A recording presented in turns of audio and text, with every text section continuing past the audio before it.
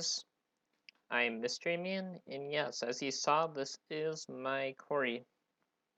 Um, to those who haven't watched some of my videos, I've talked about actually making a video on it, and so I did. And now I'm gonna kind of explain the design principle behind it, and what I might do for the next video, just for some nether quarrying improvements. But this, yeah, so.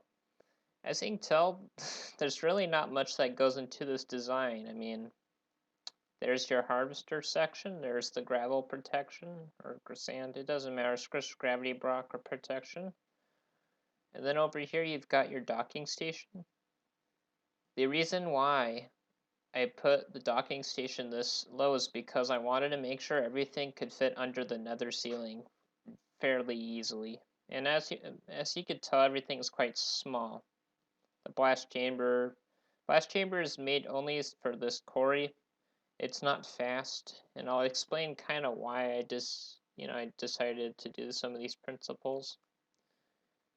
But first we're gonna kind of focus on the actual block grabbers themselves. So, as you saw in the video, the quarry, as you saw in the previous thing, the quarry actually mines from the bottom up. And to make the machine simple, I decided not to have the thing that goes like this, on each layer and, sends it up. I just decided for it to go all the way, like the old Quarries, but, I did that. Also, I did not design it vertically for speed. This quarry is not supposed to be the fastest thing. I'll actually explain why I decided to do this.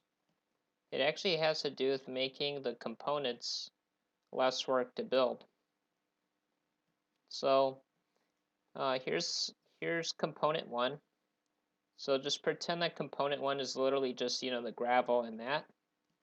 Component 2 is simply just an unloader, and it also moves this machine forward by a block. There's only really 2 components for that, and yeah, there's really no huge trench there. If I were to build the normal top-down design, I would have to have a reset machine on this side, or some bumper machine on the other side, and then the actual mining part on the other side. And then guess what? I would need a third part, probably up here, to do all the block harvesting, since I'm using a legitimate design. There's 3 components. That's one more component you don't necessarily need. Obviously for speed, I think that's a better choice, but if it's like 1 or 2 people who just want to get resources without making a lot of effort out of it, then this would be fine. Okay, so the quarry is directional.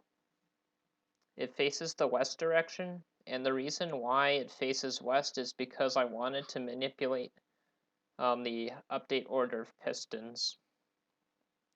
As a matter of fact, I wanted this piston to update before that piston, because I didn't want this piston to push the block out when it's going down.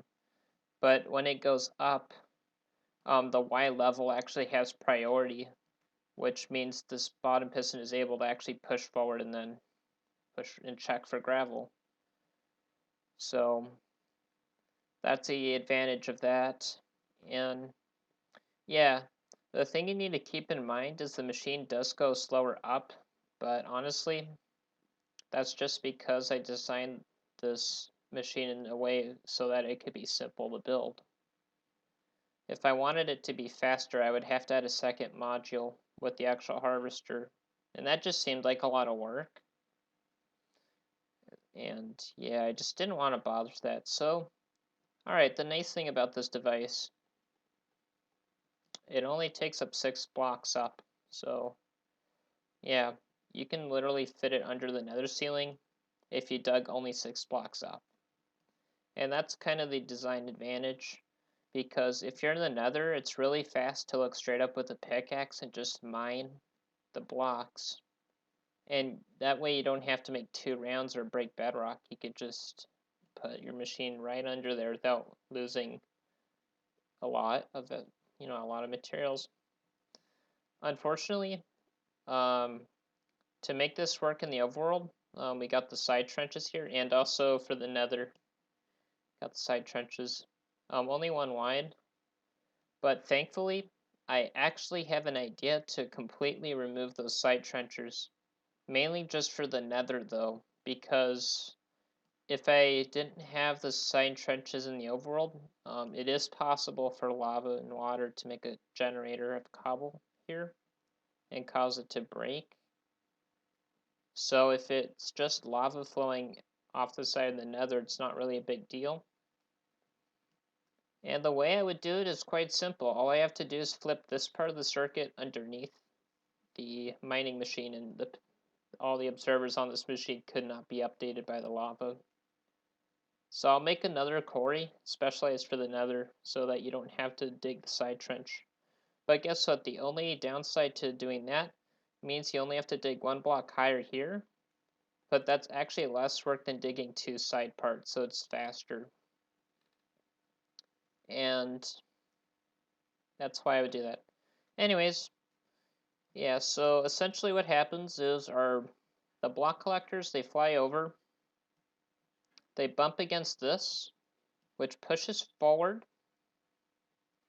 It just pushes forward, which moves these observer blocks over to the side. It's kind of like a T-flip, but what it does is it just pushes this stopper there, and then this piston here is going to update the collector so it returns back, and then this piston retracts, which sends the machine down, so it knows when the machines leave due to that behavior. And I will show you that in the other world. I'll show you why I have another world in a second, but let's just go ahead and continue on the other parts of the machine. Alright, so this is where the machines dock, and when they dock, this observer block pointing up powers this double extender, which pushes the blocks here, and that just makes a straight line. And then guess what happens? We have a redstone block there. It powers into this comparator, and when the machine's off, we have a redstone block here just to stop the machine from actually checking when the machine came in, because that would cause it to clock over and over. And that's exactly why we have the startup button. So if you saw in the beginning of the video, I had a button here and I pressed it. That's a single-use button. Essentially, when you want to essentially engage the machine, you press that once, and then now this lever will be safe to use. So when the machines fly out from that button, you can just leave it off and it'll be ready to go. After that, you can turn this on or turn it off. The only time when you want to turn the machine off is when these collectors are not present. So if they're like out there, you're okay to turn off the system because it might break some of the pistons. And I just did that to keep the logic as simple as possible. As you can tell, there's really not much to this, and that's why it's not the most optimal for speed. Okay, so yeah, we have these double piston extenders and pushers, and I just made some small logic here. It's actually not bad. Pretty happy that it just does the piston sequence. What it does is it grabs these blocks. I can actually demonstrate this by hand for why I did this actually. So what happens is this double piston extender pulls that dirt block down there, but then I have it push up like this, and then these observer blocks here, they move up to where this piston is, and then that causes that bottom piston to power again. So now the dirt block's there, and then I use that piston to just push the dirt out into the system. And that's, yeah. And the reason why I put repeaters beneath all of the circuitry is because rails are a bit fussy. You can use rails, but be warned that you'll have to do more effort. I honestly just use repeaters. And if you actually switch the repeaters out, that means the equation I'm about to show you will not work. for measuring the the thing. I'll get into it in a second. Okay, so yeah, we just push the blocks down, and then we push them over into my conveyor belt.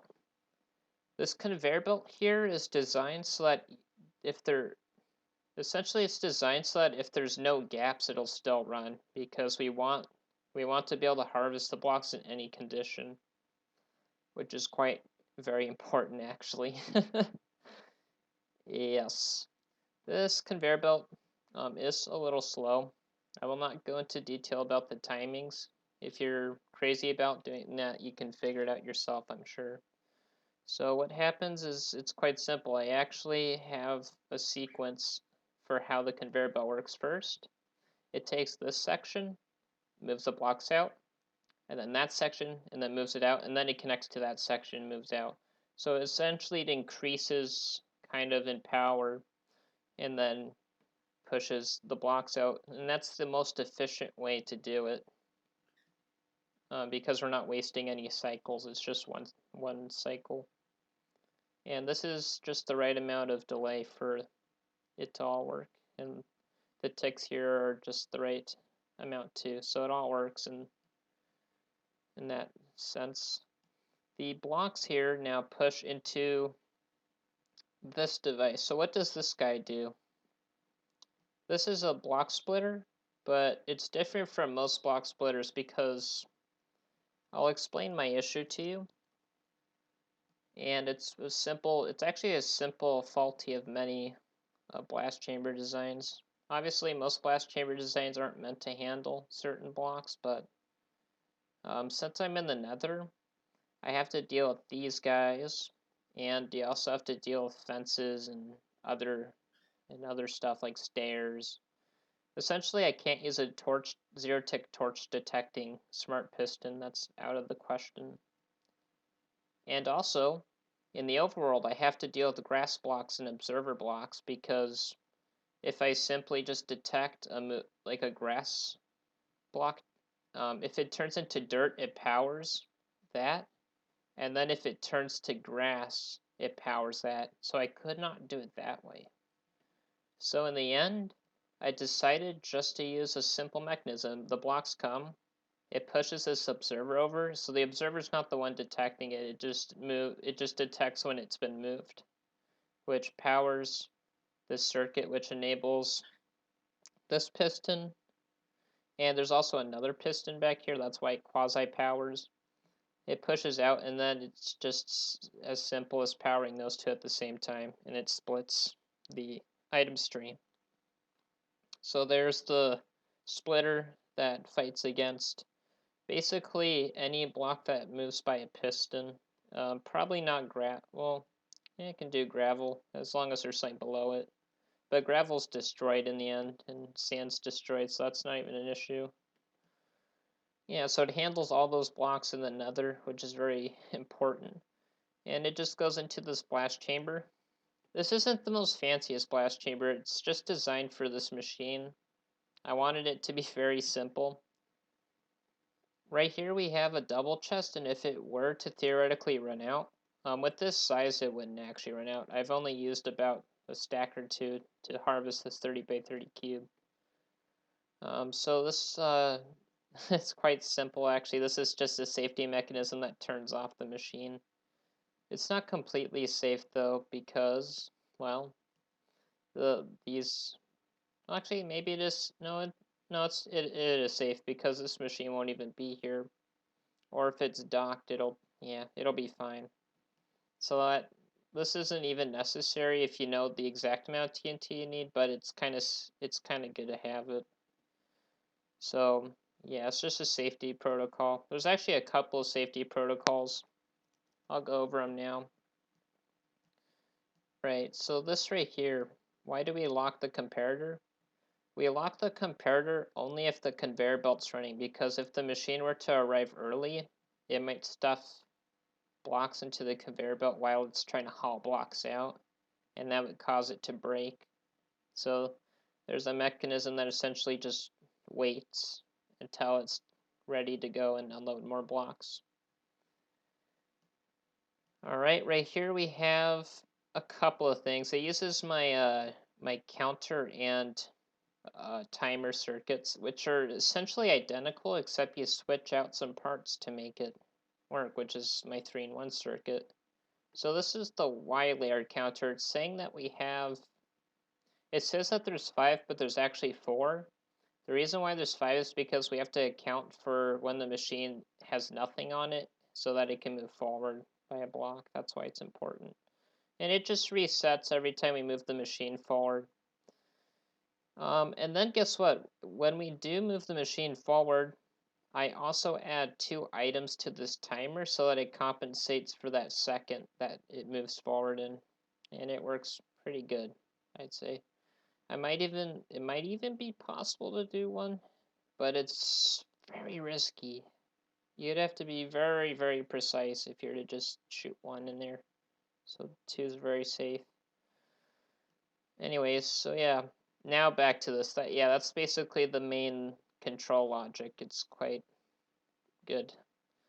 Yeah, so we've got the same detectors as the block splitter. It just pushes the observer over and then pushes it back after the blocks have left.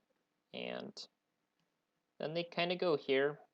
And I was going to put some kind of a detector, but I could not fit it. So instead, I just used a small counting circuit to count how many layers are in. Right now it's saying I only have to push one more time, and that's true because there's only one more slot left.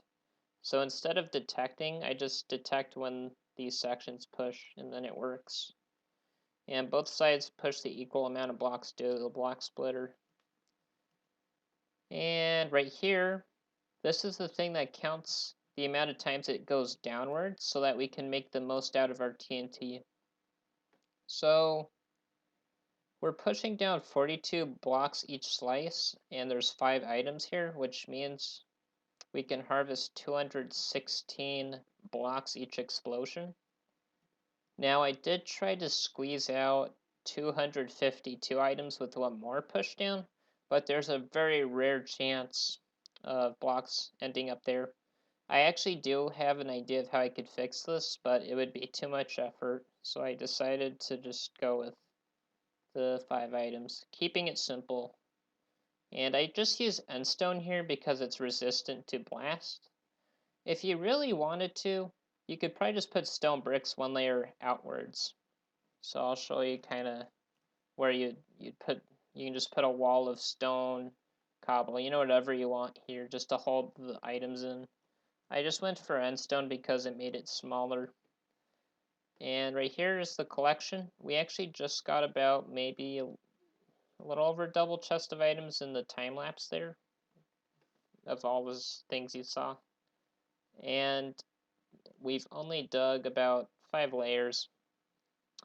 Now, if you're curious why I even have terracotta and the thing on the other side, is just so that I wouldn't fall down in survival mode because, believe it or not, on the Enigma server that I play on with my friend, I've actually fallen down these and it happens. So I literally just put those in survival. Yeah, so that's pretty cool. I guess I can run it once while you're here, just so you can see what happens when you start it up. So if you start it up, it's going to just unload the items, like I said, with the sequence there. And then it just waits for that certain amount of time the timer has at the top, and then sends the machines out like so. And then it engages the safety mechanism so that if the machine returned early, it wouldn't break.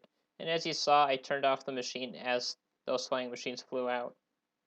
And now you can kind of, notice the conveyor belt running pretty simply. Yep, very cool. There you go. Yeah, honestly, this was one of my favorite projects to work on. I've I really have tried to make it simple. You want to know something? This part right here used to be 2 times the size, but now it's only what 4 blocks tall. But I had to account for the slime, so it's a piece of work there. Yes. So now you can see, it's returning up slowly. It's actually traveling at 1.2 blocks a second up, but it goes down at 2 blocks per second. So Yeah, it's not terrible. And there you have it. It just returns up. Pretty cool. And yeah, there you go. These are liquid shields. So what it does is each time it pushes forward, it's going to try to attempt to push these blocks in, and essentially can crush any caves with lava and stuff. So yeah, actually, some lava that was inside here is already gone, and then this right here will be the next thing that'll be crushed eventually. So yeah, and maybe you might have noticed some gravel drop, and yeah, you just go on those parts here. The machine, guess what? So that's not a proper self-returning machine. Actually, this piston down here is the thing that makes it return back up. So that's kind of cool.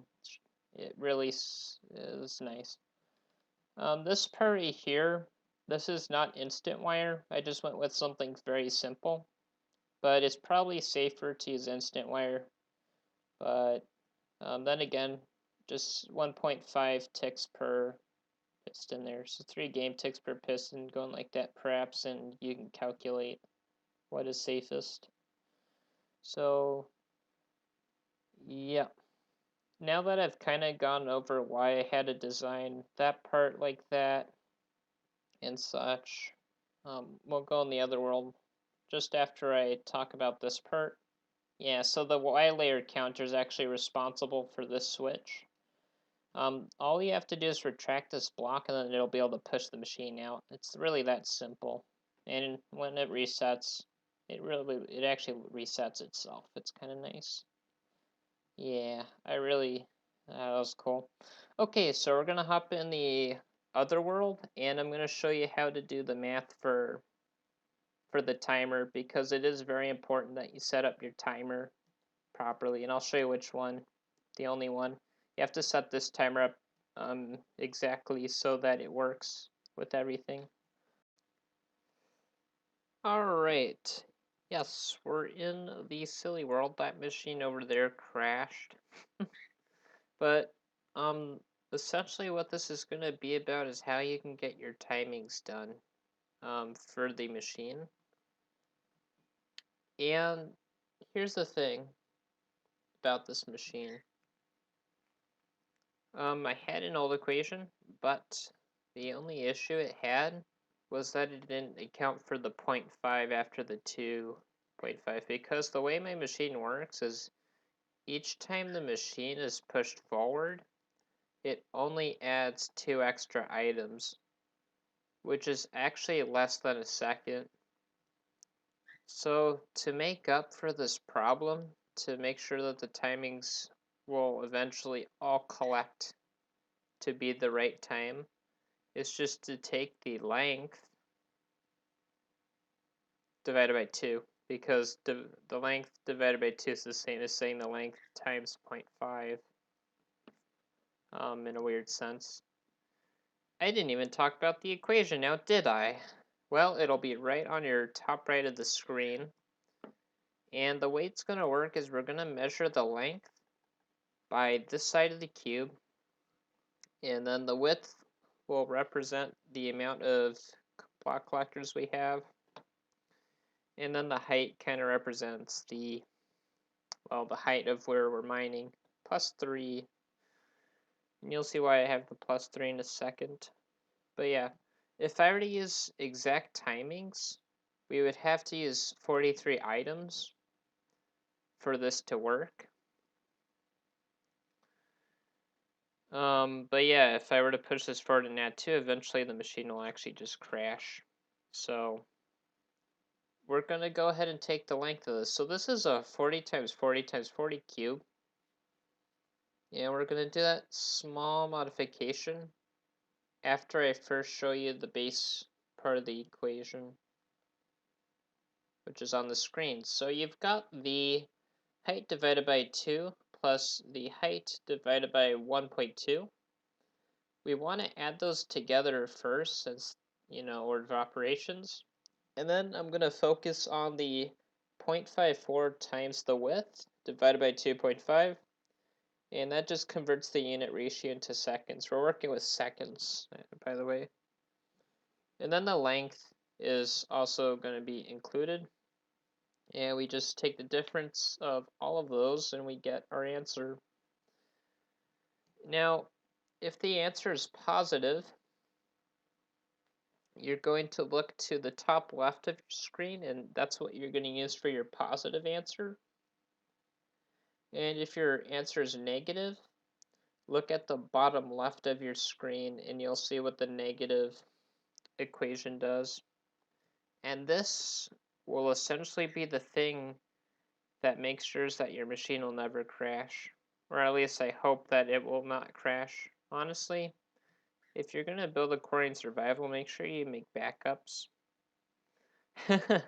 Seriously, I think every technical server would do that because you work so hard on something and you invest time. And then when you run the machine, something could go wrong. So yeah, that's essentially it. I'll just show you the the exact timings in action. I got this with the exact same equation, but all I did was remove the L divided by 2's in both the positive subscript and the negative one. So there we go. And you'll just notice that the machine just goes down and then across. It'll wait for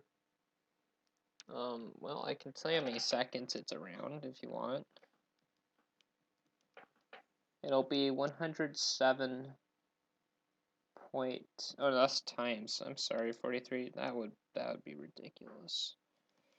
No, it's only 17.2 seconds. You know, that sounds about right.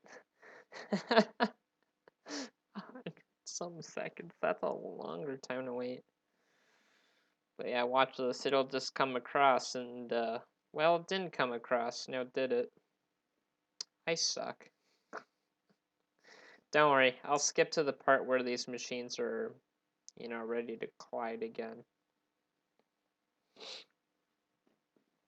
Okay, so the machine on the side is returning up. Oh my. Lag. What happened to my frames? Ah. Yeah, I apologize. Anyways, yeah, it's gonna go ahead and come about at the right time, as you will now see. But of course, since we're adding the L divided by 2, for the first few cycles, it's not going to be like that. But essentially, the Quarry is going to get 0.5 second, or no. It's going to get 0.5 items faster each time you go through the machine. Or no, that's not what I mean to say, but here's what I meant to say. Each time you move this forward by 1, it'll be 0.5 items faster. Yeah, and hopefully with that small modification, it will not mess up. And if you honestly, guys, if you really want, just look at the world download and maybe work it out yourselves. But math is kind of a safe way to do it. Just saying. Although this is very approximating. Just, yeah. All right. Well, that's that. I hope you enjoyed. Please like. I do have unfortunate news. I can't really control this. Since there's the new COPPA, Child Online Protection thingamajiggy, it means you guys won't be able to comment anymore, and it's sad. But I'll put a Discord server to where you can leave your thoughts in the general chat. So if you want to talk about anything there, just go right over there. Anyways, that's that. I hope you have a good day, and yeah, or good night. Yeah. World download in the description as well.